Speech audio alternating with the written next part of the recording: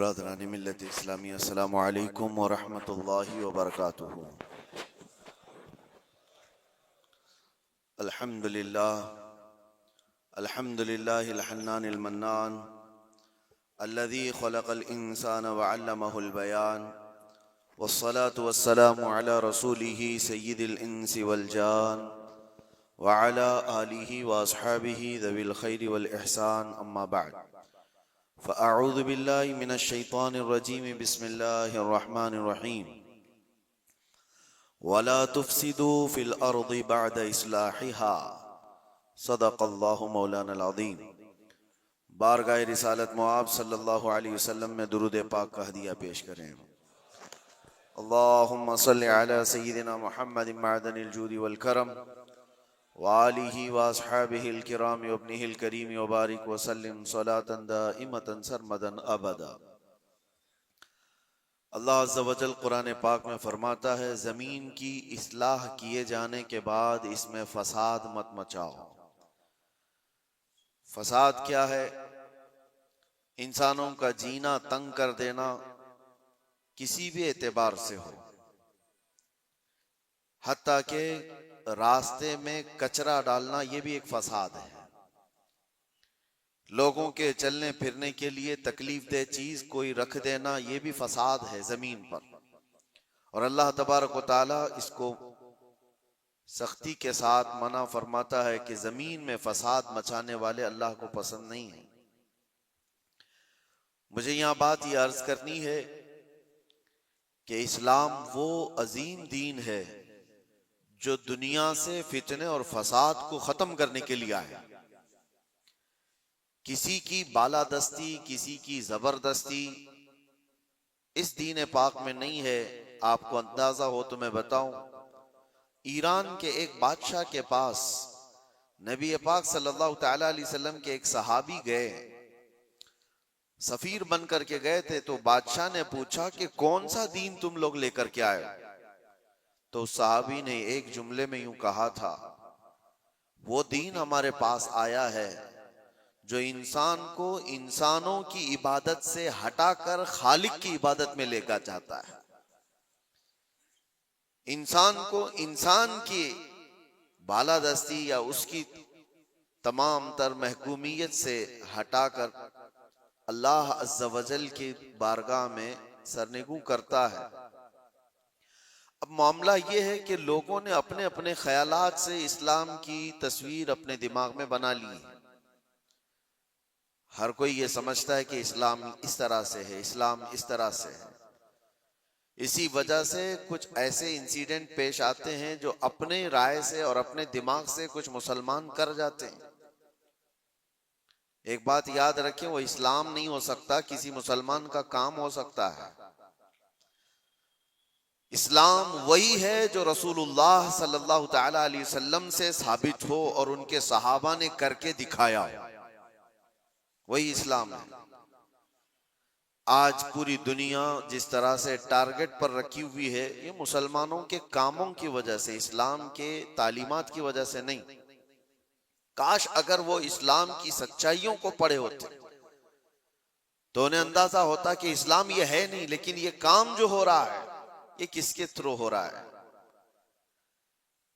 जो जुल्म, जो फसाद, जो फितना पूरी दुनिया में मचाया जा रहा है, अगर वो किसी व्यक्ति के जरिए से, किसी इंसान के जरिए से है तो ये उसका अमल है, उसके दीन का नहीं, क्योंकि वो दीन का ठेकेदार नहीं।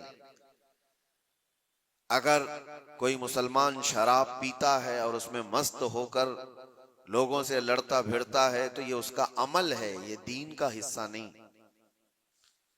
अगर कोई ताश के पत्तों पर बैठा पूरी पूरी रात गुजारता है तो ये उसकी बदकिरदारी है, उसके बदअखलाक है, इस्लाम का ये हिस्सा नहीं, इस्लाम ने उसे दिया ही नहीं है।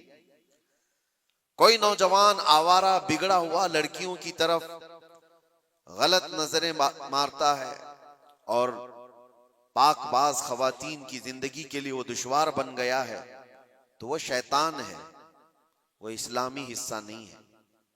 इस्लाम की तालीमात में ये नहीं है।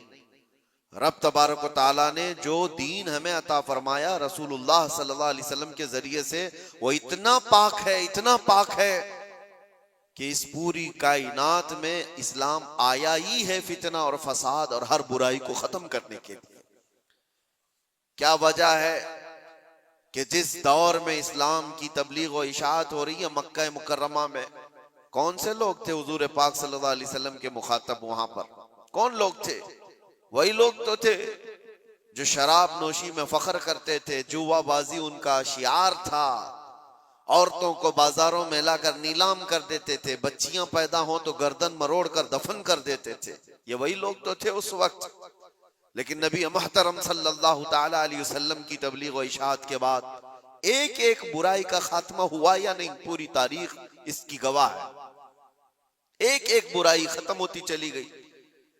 जिस मक्का में पैदा होने वाली बच्ची का गला घोंट करके दफन कर दिया जाता था, उसी मक्का से मेरे आका ऐलान फरमा रहे हैं औरतों के हुकूक के मुताल्लिक कि औरत अगर तुम्हारी एक बेटी हो, उसकी परवरिश करके तुमने सही जगह उसको शादी करके दे दिया, तो हुजूर फरमाते मेरी शफाअत उस पर वाजिब है, मैं उसे जन्नत में ले जाने की जमानत देता हूं। बेटी का हक ये बताया उसी मक्का मुकर्रमा में जहां लोग अपनी माँ और अपनी बहनों को बाजारों में नीलाम कर देते। मेरे आका सल्लल्लाहु अलैहि वसल्लम ने इस बुराई का खात्मा फरमाया। इरशाद क्या फरमाया कि अल जन्नतु तहत अक़दामिल उम्महात। तुम क्या समझते हो औरतें बाजारों की जीनत हैं? तुम्हारी अगर माँ है तो उसके कदमों में तुम्हारी जन्नत है, बहन है तो तुम्हारे हक में उसकी दुआएं कबूल है, बीवी है तो उसको एक लुकमा खिलाना सदके का सवाब है। औरतों के हुकूक बयान किए। जहां बच्चों पर जुल्म होता था, नबी मुहतशम सल्लल्लाहु ताला अलैहि वसल्लम ने उसको खत्म फरमाया। बूढ़ों के लिए, बेवाओं के लिए, बेवाओं को तो मुआशरे में रहने नहीं दिया जाता था, उनके लिए अलग बस्तियां हो जाती थी। शगुन अब शगुन ये भी हमारे इलाके में भी पाए जाते हैं सब चीजें। किसी औरत का शोहर मर जाए, सती की रस्म यहां पर भी हुआ करती थी, औरत को शोहर के साथ जला दिया जाता। मगर नबी करम सल्लल्लाहु ताला अलैहि वसल्लम ने बेवा औरत के हुकूक को सिर्फ बढ़ाया नहीं, आपने जितने निकाह फरमाए सिवाय उम्मुल मोमिनीन आयशा सिद्दीका के, ये सारी बीवियां आपकी बेवा ही हैं। बेवा को हुजूर सल्लल्लाहु अलैहि वसल्लम ने बेवा हैं या मुतल्लका हैं, हुजूर पाक सल्लल्लाहु अलैहि वसल्लम ने अपने हरम की जीनत बनाई, बल्कि करोड़ों मोमिनों की उनको मां का दर्जा अता फरमाया। एक एक बुराई का खात्मा करने के लिए इस्लाम इस रोए जमीन पर आया। लेकिन अफसोस ये है मेरे अजीजों, हालात इस तरह करवट ले चुके। बहुत पहले एक शायर ने कहा था बारगाह मुस्तफ़ा सल्लल्लाहु अलैहि वसल्लम में अर्ज करते हुए, ए खासान रसूल वक्त दुआ है, उम्मत पे तेरे वक्त अजब आके पड़ा है। जो दीन निकला था अपने देश से, अपने वतन से, आज वो परदेश में गरीबुल गुरबा है। ये दीन बड़ी शान से निकला था अपने वतन से और हर किसी ने इसको गले लगा लिया था, और आज ये अपने ही लोगों के दरमियान अजनबी बन चुका है। ये दीन इस्लाम अपने ही लोगों के बीच में अजनबी बना हुआ है। तवज्जो चाहता हूं मेरे अजीजों, इस्लाम की इस अजीम छवि को, इस अजीम सूरत को मस्ख करने के लिए सिर्फ गैरों ने नहीं, जुब्बा टोपी पहनने वाले, दाढ़ी रखने वालों ने भी बदनाम करने में कसर नहीं छोड़ी। आज हिंदुस्तान ही नहीं, पूरी दुनिया जिन मजाहिर को देख करके खौफजदा होती, जिसको दहशतगर्दी कहा जाता है। दहशत ये एक वर्ड है, दहशत डर को कहते हैं, खौफ पैदा करना। मतलब मैं अगर चंद बच्चों को सामने लेकर के तलवार दिखा दूं, आग लगा करके दिखा दूं, तो बच्चों के दिलों के अंदर खौफ आएगा। इसको कहते हैं डर पैदा करना, यही वर्ड है दहशतगर्दी। इसी को आतंकवादी कहा जाता है, आतंकवाद भी इसी को कहा गया कि डर पैदा करना लोगों के दिलों के अंदर। टेररिज्म उसको इंग्लिश में, कि लोगों को खौफ का माहौल बना करके रखना, कि डरते रहे लोग। क्या ये इस्लाम का हिस्सा है? लोगों के अंदर डर पैदा करना, खौफ पैदा करना। मैं तुम्हें बताता हूं, आम लोगों की बात तो छोड़ो, रब तबारक व तआला अपने हबीब सल्लल्लाहु तआला अलैहि वसल्लम को क्या फरमाता है? फदक्किर इन्नमा अंत मुदक्किर लस्त अलैहिम बिमुसैतिर। ऐ रसूल, आप इनको सिर्फ वाज़ो नसीहत करें, आपको इसीलिए भेजा गया है। नबी पाक सल्लल्लाहु तआला अलैहि वसल्लम को रब तबारक व तआला ने यह फरमाया, फबिमा रहमतिन मिनल्लाहि लिंत लहुम वलौ कुंत फज़्ज़न गलीज़ल क़ल्बि लनफ़ज़्ज़ू मिन हौलिक। ऐ रसूल, आपके दिल की नरमी है कि ये लोग आपके इर्द गिर्द हैं, अगर आप सख्त लहजा इस्तेमाल करेंगे तो ये सारे लोग दूर हो जाएंगे। किसके लिए अल्लाह फरमा रहा है? रसूलुल्लाह के लिए, कि सख्त लहजा इस्तेमाल ना करें। जुबान का सख्त लहजा इस्तेमाल करने को मना किया गया कि लोग बिखर जाएंगे। यहां पर जो दहशत गर्दी का लफ्ज इस्तेमाल है, पूरी दुनिया की डिक्शनरी में नया आया हुआ, और लोगों ने तो अब इस्लामोफोबिया नाम से एक नया वर्ड इजाद किया। इस्लामोफोबिया क्या है? इस्लाम के नाम से लोगों में हैबत तारी करना, दहशत तारी करना, डर तारी करना। अगर ये चंद जमातें मिलकर करती हैं बनाम मुसलमान, चाहे वो पाकिस्तान की रहने वाली हो, अफगानिस्तान की हो, सीरिया की हो, इराक की हो, कहीं की भी हो, लेकिन वो इस्लाम की ठेकेदार नहीं हो सकती, वो इस्लाम की जिम्मेदार नहीं है। उन्होंने अपने दिमागों से इस्लाम की सूरत बनाई होगी, डर पैदा करके। नबी पाक सल्लल्लाहु तआला अलैहि वसल्लम ने कभी तो तबलीग नहीं फरमाई। आओ आपको मैं बताऊं, एक जंग से वापसी के दौरान सहाबा भी सब थके हुए थे, एक जगह हुजूर भी आराम करने के लिए लेट गए, सहाबा भी लेट गए, सबकी आंखें लग गई हैं थकान की वजह से। और हुजूर पाक सल्लल्लाहु तआला अलैहि वसल्लम अपनी तलवार एक दरख्त के पास लटकाए हुए उस दरख्त के नीचे आराम फरमा रहे हैं।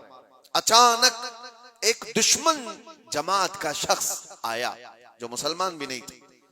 वो आते ही देखा हुजूर पाक सल्लल्लाहु अलैहि वसल्लम को और देखा कि सब सोए हुए हैं, सीधे गया और हुजूर की तलवार ले ली, तलवार पकड़ ली, हुजूर की आंखें खुली। आपने देखा कि ये तलवार सोते हुए खड़ा है और वो शख्स क्या कह रहा है? मैं यमनउका मिन्नी, ऐ मोहम्मद बता मुझसे तुझे कौन बचाएगा। वो तलवार खींचे हुए हुजूर पाक सल्लल्लाहु अलैहि वसल्लम को सोने के वक्त में आकर के इस तरह से वो पूछ रहा है। हुजूर बेदार होकर के जब देखते हैं ये पूछ रहा है, आज मुझे तुझसे कौन बचा, मुझसे तुमको कौन बचाएगा? हुजूर ने सिर्फ एक लफ्ज कहा, अल्लाह, मुझे मेरा रब बचाएगा, अल्लाह बचाएगा।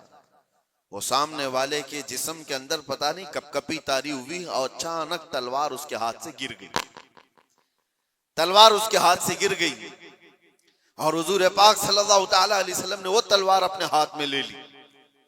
सोचो जरा, जो शख्स आपको मारने का पूरा प्लान कर चुका हो, अचानक वो फेल हो गया और आपको बढ़त मिल गई, तो फिर आप क्या करेंगे? आप क्या करेंगे? कोई कसर नहीं छोड़े। नबी पाक सल्लल्लाहु तआला अलैहि वसल्लम के हाथ में तलवार आई, आपने वही जुमला उससे पूछा, मैं यमनउका मिन्नी, बता तुझको कौन मुझसे बचाएगा, कौन बचाएगा? थोड़ी देर पहले यही जुमला तू मुझसे पूछ रहा था, तलवार अब मेरे हाथ में। और सहाबा भी जाग गए थे। वो शख्स सिर्फ इतना कहता है, अंत करीम बिन करीम, तुम शरीफ के बेटे शरीफ हो।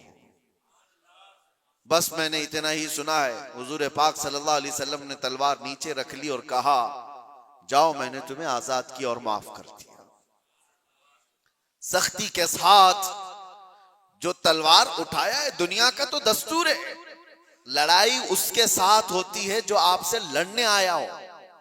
अपने डिफेंस में आदमी लड़ता है, लेकिन यहां मेरे मुस्तफा सल्लल्लाहु अलैहि वसल्लम ने उसको दरगुजर किया जो आप पर तलवार उठाया हुआ था। चाहते तो डर सुनाते, टुकड़े करके उसकी कौम के पास भेजते और दहशत फैला दी जाती कि डरो कि जो भी इस तरफ आएगा उसकी हालत ये कर दी जाएगी।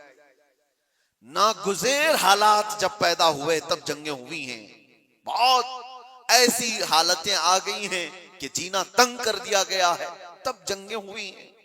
वरना तो इस्लाम का दस्तूर ये है। मेरे आका सल्लल्लाहु अलैहि वसल्लम ने फरमाया, ला ततमन्नौ लिक़ा अदुव्विकुम, तुम दुश्मन से लड़ने और भिड़ने की तमन्ना भी मत करो, जंग की तमन्ना करना भी जायज नहीं। हुजूर पाक ने फरमाया, हाँ ऐसी सूरत पैदा हो गई तुम्हारे ऊपर, तब वो जंग के नागुज़ेर हालात में कहा गया, लेकिन आज जो हालात पेश आए हैं, आप अंदाजा कर सकते हैं। दहशत का लफ्ज हमारे साथ जो जोड़ा गया है, आतंक का लफ्ज या टेरर का लफ्ज जो जोड़ा गया है, चंद लोगों के अमाल हो सकते हैं, ये इस्लाम का हिस्सा नहीं हो सकता। जिस तरह से अभी हमारे मुल्क में दिल्ली में जो ब्लास्ट हुआ, किन लोगों ने किया? शुरुआती तहकीकात में जो नाम पेश किए जा रहे हैं मुसलमानों के नाम।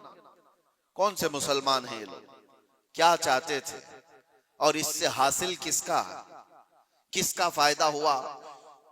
मुझे कोई भी सेंस रखने वाला मुसलमान हो, कोई भी बताए। ये बात इसलिए मैं अर्ज कर रहा हूं कि आज बहुत सारे नौजवान जज्बाती हो गए और कुछ लोगों की वजह से, यानी कुफार और मुशरिकीन की तकालीफ की वजह से वो सोचते हैं ऐसे कदम उठा लेना चाहिए। मैं उनसे कहता हूं, एक बात याद रखना, एक्सट्रीमिज्म, शिद्दत पसंदी दूसरी शिद्दत पसंदी को जन्म देती है। ऐसा नहीं कि तुम तशद्दुद करोगे तो सामने वाला तशद्दुद नहीं करेगा। तुम एक करोगे, सामने दो करने वाले होंगे। तुम दो करोगे, चार की शिद्दत और हो जाएगी। ये हल नहीं है दुनिया में। जिन नौजवानों ने ये रास्ता इख्तियार किया, अगर मेरी बात वो सुनते हैं तो तवज्जो चाहता हूं, किसका भला किया है? इन जमातों ने इस तरह के कत्ल और गारत से, इस तरह के ब्लास्ट से किसका भला किया है? उम्मत का, इस्लाम का, मुसलमानों का, मुल्क का? किसका? किसी का नहीं। ना हक रास्ते में चलने वालों की जानों को लेना। कुरान कहता है, मन कतल नफ्सन बिगैरि नफ्सिन औ फसादिन फिल अर्द फकअन्नमा कतल अन्नास जमीआ। जिसने नाहक एक जान को कत्ल किया है, उसने पूरी इंसानियत को कत्ल किया। छठे पारे में रब ताला फरमाता है, उसने पूरी दुनिया का कत्ल किया है। लोग क्या समझते हैं? ये ब्लास्ट कर लेना, किसी भी इलाके में जाकर के बारूद से उड़ा दिया जाना, इसको जिहाद से ताबीर करते हो? जिहाद की वो जो आला और पाकीज़ा सूरत है उसको मस्ख करते हैं, उसको लोगों के दरमियान बुरी शक्ल पेश करने के लिए। मैंने तो कभी आज तक ये महसूस भी नहीं किया। इराक के भी बहुत सारे सफर किए। चंद सालों पहले पूरी दुनिया में ISIS ने अपनी दहशत पैदा करके रखी थी। क्या थी ये जमात? कभी भी करीब से देखने वाला और पढ़ने वाला समझ सकता था, इस्लाम की बूबास भी इन्हें नहीं लगी। जो 12 साल की 13 साल की लड़कियों को इराक की मंडियों में ले जाकर के बेचते हो, छोटी लड़कियों को, वहां के हालात हमें पता है, और उनकी तरबियत ऐसे करना, पूरा पेट्रोल की चोरी करना, दुनिया में बेचना, और ये कत्ल गारत और ये जो फसाद मचाया था, इस फसाद का नाम इस्लाम हो ही नहीं सकता। और इसीलिए मैंने सबसे पहले आयत क्या पढ़ी, वला तुफसिदू फिल अर्दि बअद इस्लाहिहा। रब ताला फरमाता है, इस पूरी जमीन पर कहीं फसाद मत मचाओ इसकी इस्लाह किए जाने के बाद। अरे मियां, यहां कचरा डालने की इजाजत नहीं है, तुम खून बहाने की बात करते हो। हाँ, मोहम्मद अरबी सल्लल्लाहु तआला अलैहि वसल्लम का वफादार जो होगा, अरे शेर तो मैदानों में लड़े जाते हैं, मुकाबला होगा तो मैदानों में मुकाबला होता है। यूं नहीं होता कि नाहक कोई भी रास्ता चलने वाले की जान ले ली जाए और उसको कहा जाए कि ये जिहाद है, ये जंग है, ये बदला है, ये इंतकाम है। हरगिज नहीं। मैं सख्त मजम्मत करता हूं ऐसे तमाम गतिविधियों का। कोई भी नौजवान इस तरह की हरकतों में मुलव्विस होता है तो जानते हैं इसका नुकसान कितना लंबा होता है, कितना लंबा नुकसान होता है। उन जालिमों ने जो कुछ भी किया, चंद महीनों पहले कश्मीर में जो हुआ था, पहलगाम में चुन चुन करके जिन लोगों को मार दिया गया था, वो जो सैरो सियाहत के लिए गए थे, वो किसके दुश्मन थे? किसके दुश्मन थे? जिनको उन्होंने पकड़ पकड़ करके नाम पूछ करके मारा, वो किसके दुश्मन थे? क्या इस्लाम के दुश्मन थे, मुसलमानों के दुश्मन थे, या तुम्हारे कुरान हदीस किसी की दुश्मनी की थी जिनको पकड़ के मारा गया? क्या इस्लाम में इस बात की इजाजत है कि कहीं पर भी कोई घूमने आए और उसको मार दिया जाए? उन जालिम कुत्तों ने जिन लोगों को मारा, उसके बाद जो दहशत फैलाने की कोशिश की, उसका असर क्या होता है दुनिया में और दूसरी जगहों पर? गैर मुस्लिमों के पास यही मैसेज जाता है कि ये इस तरह तन्हा पाकर कहीं पे भी कत्ल कर सकते हैं। पूरे मुसलमानों को उन्होंने खतरे में डाला। आज जो हुआ इसका भी असर वही होगा जो 9/11 के बाद हुआ था। आपको पता है 2001 में अमेरिका के अंदर जो बिल्डिंगें गिरा दी गई थी जिसमें 3000 लोग करीब मारे गए थे, वर्ल्ड ट्रेड सेंटर पर जो हमले हुए थे, उसकी तहकीकात हुई। उसके बाद फिर कई सालों के बाद अफगानिस्तान से जिम्मेदारी कबूल की एक जमात ने कि इसको हमने किया, लेकिन उसका असर क्या हुआ जानते हैं? तकरीबन 11-12 साल तक उस शहर में ऐसे हालात हो गए थे कि मुसलमानों का जीना तंग हो गया। कोई देखना नहीं चाहता था किया किसने, लेकिन कसूर भर कौन रहा। इसलिए मेरे अजीजों, कोई एक नौजवान अगर ऐसी हरकत करता है, अभी जैसे तहकीकात में ये बात आती है कि ये डॉक्टर पेशे से ताल्लुक रखने वाले लोग थे, शुरुआती तहकीकात ये बता रही है कितना अजीम पेशा था जिसको इख्तियार किया गया। ये बातें मैं इसलिए कह रहा हूं कि बहुत सारी जगहों पर हो सकता है कि पॉलिटिकल बनाया गया हुआ कई जगहों पर होता है, लेकिन मैं ये जानता हूं ये चीजें जो ये हरकतें हुई हैं, रियल कुछ लोग इसमें मुलव्विस होते हैं, क्योंकि जेलों में मैंने देखा है पुलिस एटीएस सबको यूं ही उठा करके नहीं भर देती, इनके हालात होते हैं, हमने खुद देखा है, इनसे बात भी किया है। एक बात मैं आपको बता देता हूं, पुलिस से तो वो अपना जुर्म छुपा सकता है, कैदियों में आपस में तो अपना जुर्म बताता ही है क्या क्या किया था। हमें पता है क्या क्या प्लानिंग किए जाते थे। पहले हम भी यही समझते थे कि ये सारा का सारा फेक होता है, मुसलमानों को फंसाने के लिए किया जाता है। नहीं, सब फेक नहीं होता, कुछ मुलव्विस होते हैं, प्लानिंग में इस तरह के शरीक होते हैं। अब मैं नहीं जानता कि वो किस तरह के मुसलमान हैं जो इन चीजों में मुलव्विस हो जाते हैं, उनको कौन डाइवर्ट करता है, कौन फंडिंग करता है। ये सब हुकूमत के और डिपार्टमेंट के काम है कि इन लोगों को अमन को नुकसान पहुंचाने वाली ऐसी हर चीज को वो रोकें। इसका असर अब क्या होगा? क्या हमारे बच्चे जो डॉक्टर बनना चाहते हैं वो किसी भी कॉलेज या यूनिवर्सिटी में जाएं तो क्या उनको शक की नजर से नहीं देखा जाएगा? ये भी डॉक्टर बनकर के कहीं ऐसा ब्लास्ट तो नहीं करना चाहता? उन जालिम कुत्तों ने अपनी हरकतों से कितने बच्चों की जिंदगी को दांव पे लगाया है, और फायदा किसका किया है? किसका फायदा किया? मैं महसूस करता हूं मेरे अजीजों, ये अगर इस्लाम का नाम लेकर के या बदला लेने की बात करके इस तरह की हरकत करते हैं तो आपको अंदाजा है कल अगर उस इलाके में मैं होता या आप भी होते तो भी उड़ गए होते ना, मर गए होते हैं।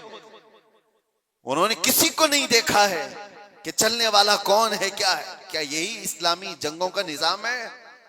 क्या ये रसूलुल्लाह सल्लल्लाहु तआला अलैहि वसल्लम की तालीमात का कोई एक हिस्सा है?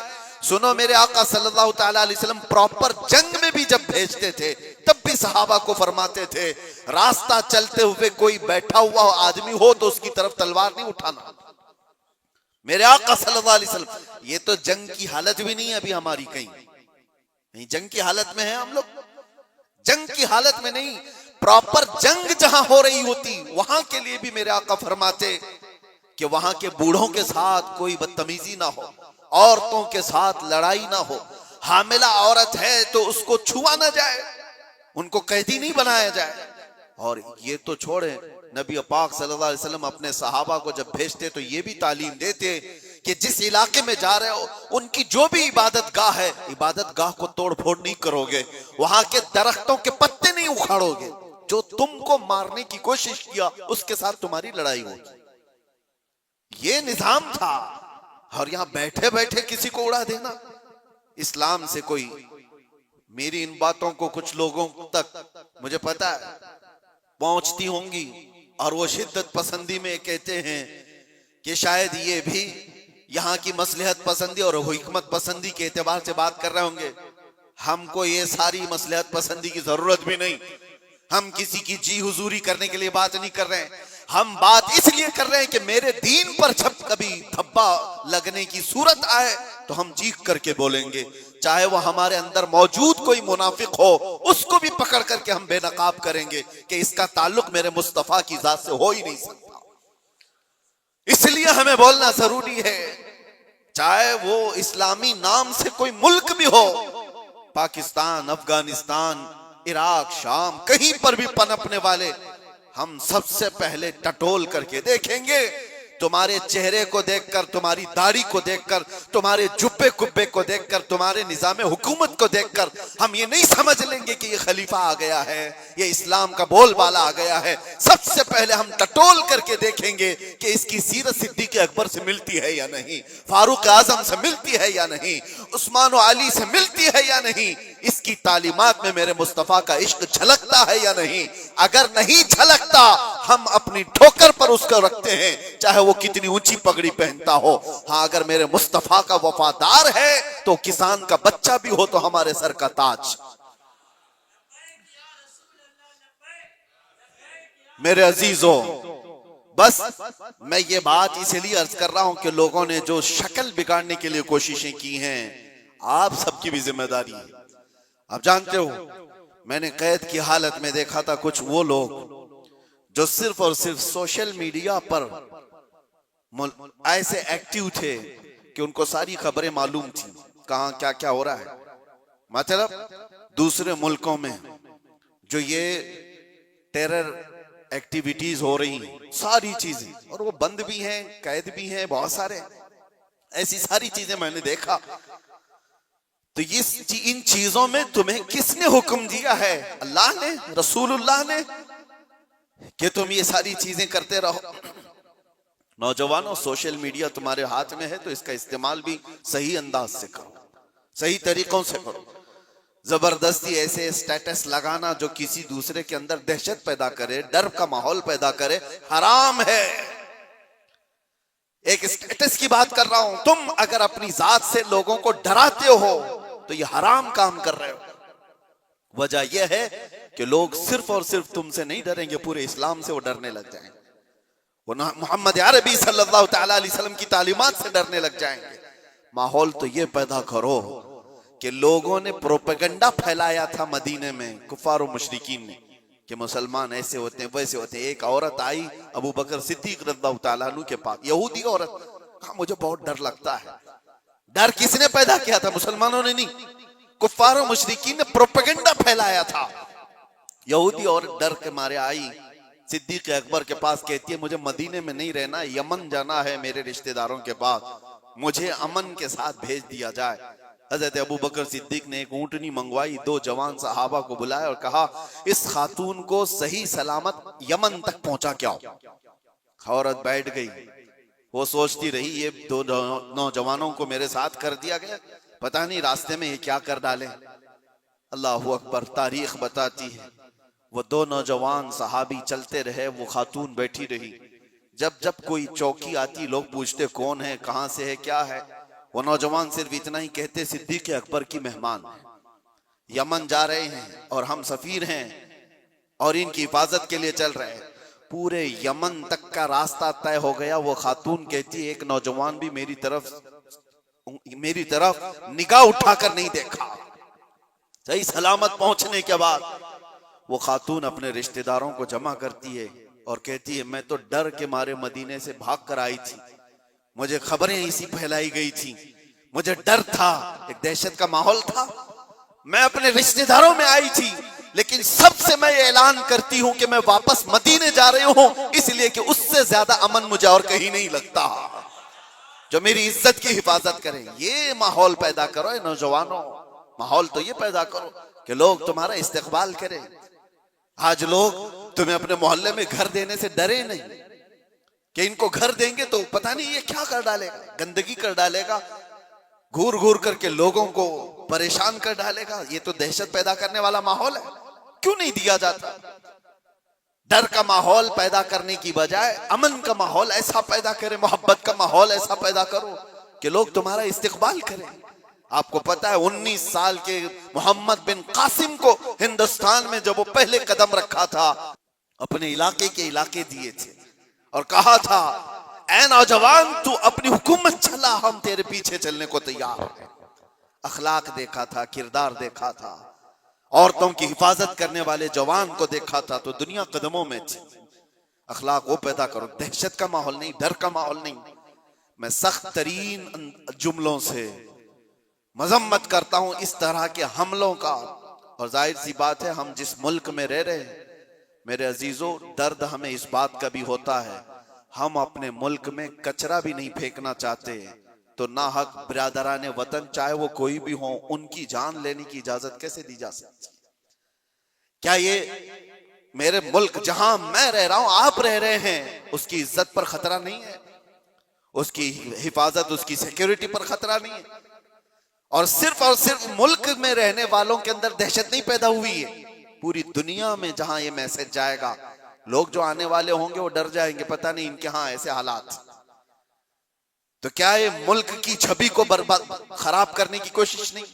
कितनी एक काम से उन जालिमों ने अपने खानदान को जोखिम में डाला, अपने रिश्तेदारों को, अपने वतन को, अपने दीन को, और जहां वो पढ़ते थे वो सब जगह को, सबको खतरे में डाला है और बर्बाद किया है एक अमल ने।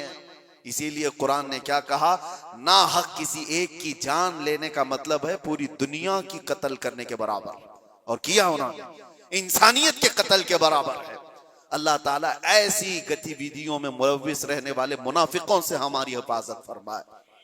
मैं दुआ करता हूं और गुजारिश भी यही करता हूं हर नौजवान को कि इस तरह मैं दरमियानी रास्ता इख्तियार करूं, मुदाहनत भी नहीं कि दीन को छोड़ करके चापलूसी करने के लिए कुछ लोगों की तलवार चाटने के काम किया जाए, उनको राजी करने के काम किया जाए, मैं इस बात का कायल नहीं हूं।